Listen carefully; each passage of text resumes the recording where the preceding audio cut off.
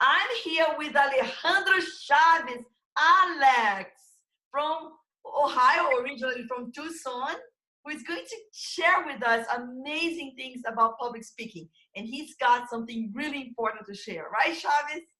That's right. And I'm so excited that you're going to share with everyone about your process of breaking through the fear of speaking in video, because it's very similar to speaking in public. So I remember, right, that you did that a while ago, the 10 videos challenge. Can you speak more about it? So what I did last year, starting on the 100th day of the year, is I made a commitment and a promise that I would do 10 minutes on a live call at 8:10. I'm sorry, at 10:10 every day for 10 days in a row. And I found myself in different situations, different locations. I think I was at a graveyard one time. I was hiking one time. I was in an office.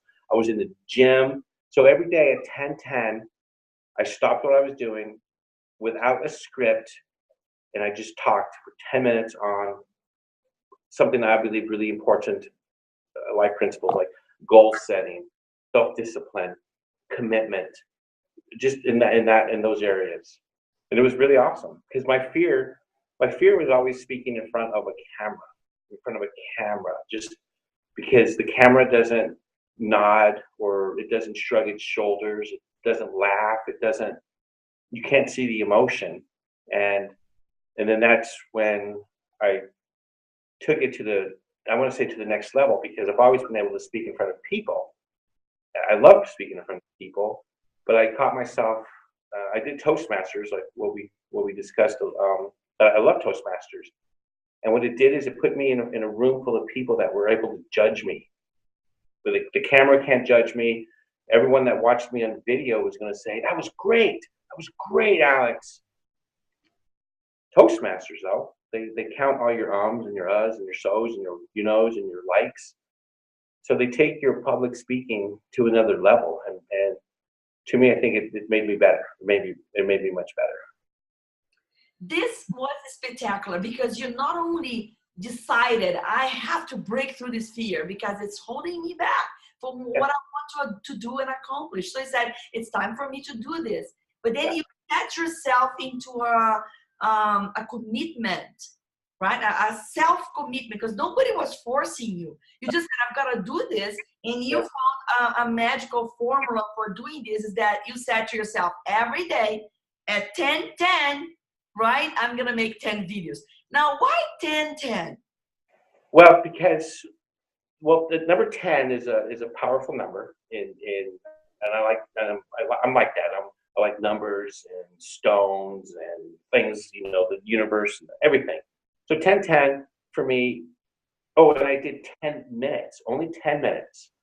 And so, and it was, what do we remember about people? It's things that we can connect, like 10:10, 10 minutes, 10 days, 10 principles. That's pretty easy to remember that. And if I did it at 11:15 and then one at 1:20 and then 9:46, well, people aren't going to connect with that. So I just chose 10:10.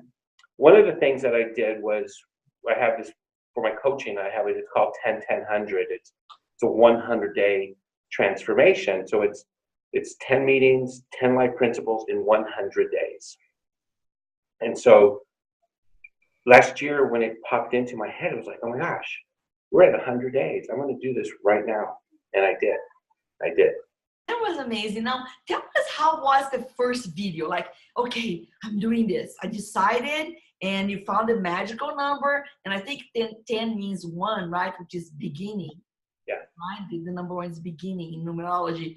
So you decided and you said, okay, I'm doing this. And you never stopped. You did all the way to the end. So a lot of commitment.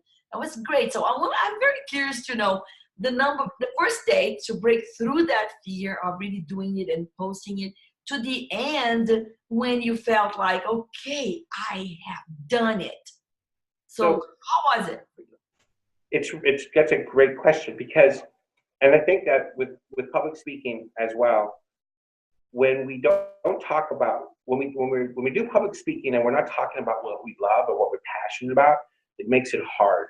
If we're standing in front of a group of people and someone tells me, I want you to talk about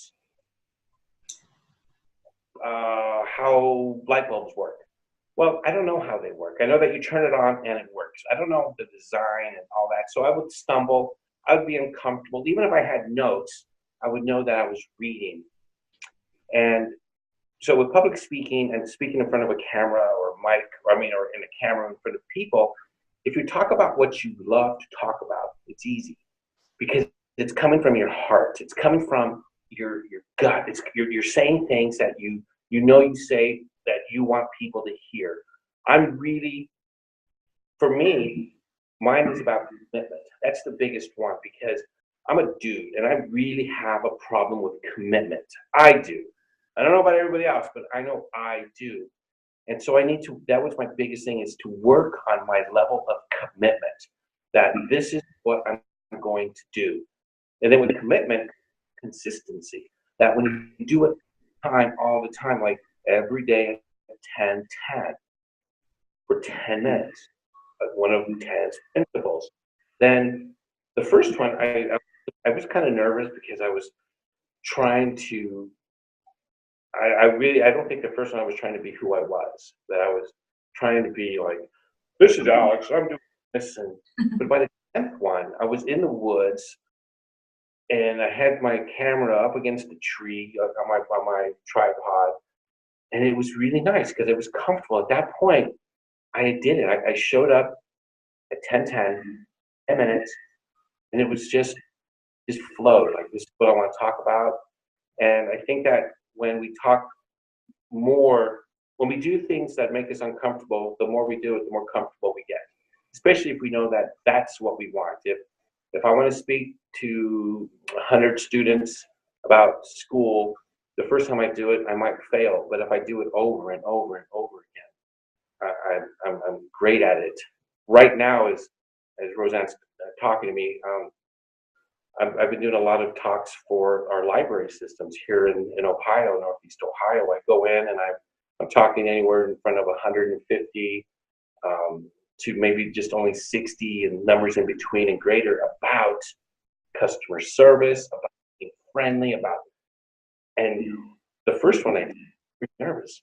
But now I can go in, I know what I'm talking about, I love it, I'm passionate about it, and everyone's laughing. I don't let them take notes. I want them to focus on me. They can get notes when I'm all done. And I think it's just practice. It's being consistent, but it's being committed to what you want in your life.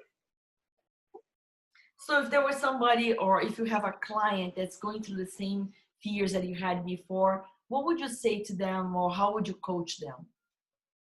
I would coach them in the sense of, what do you love to do? And then have them write down some notes about it, and then just practice in front of the mirror over and over and over again.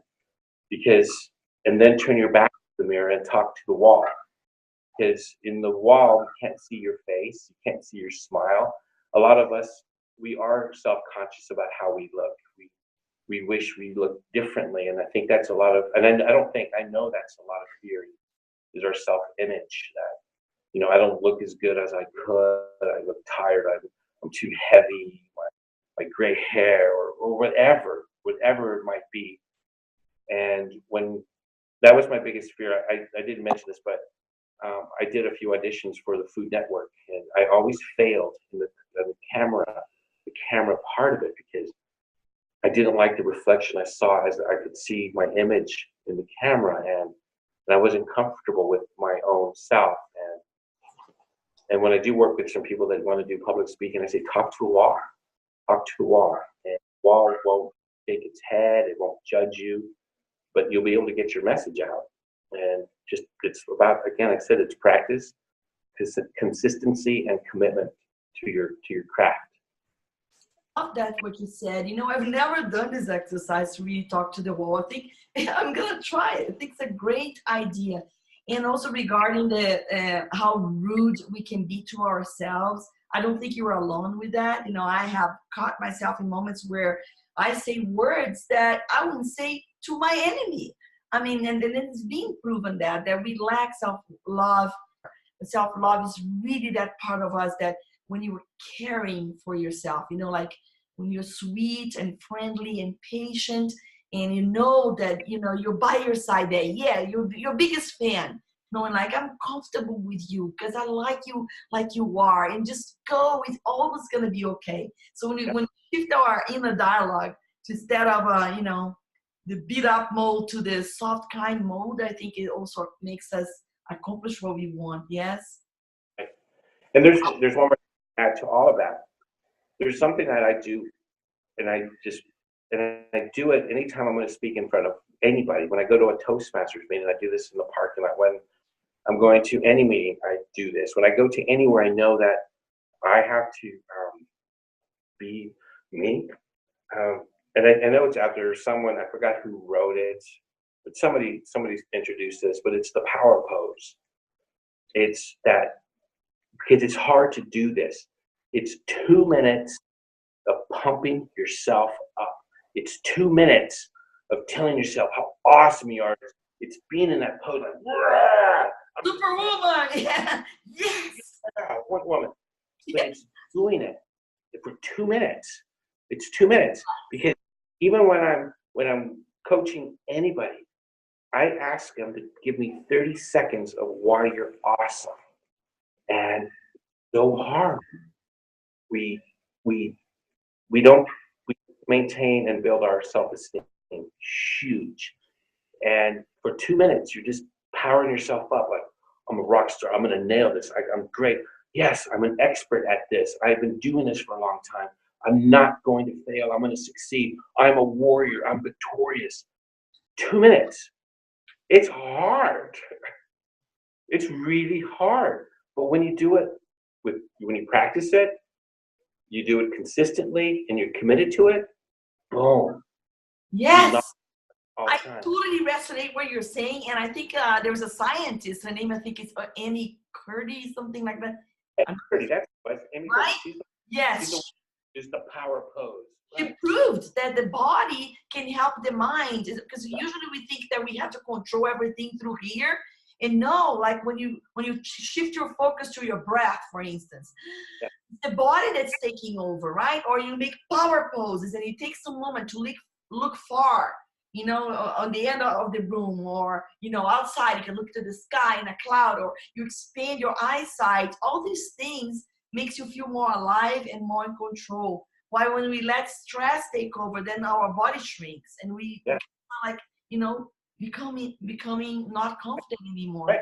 So that was a great reminder. The body, yes. Anywhere, how we carry ourselves, how we stand, how we sit. It's about self-confidence.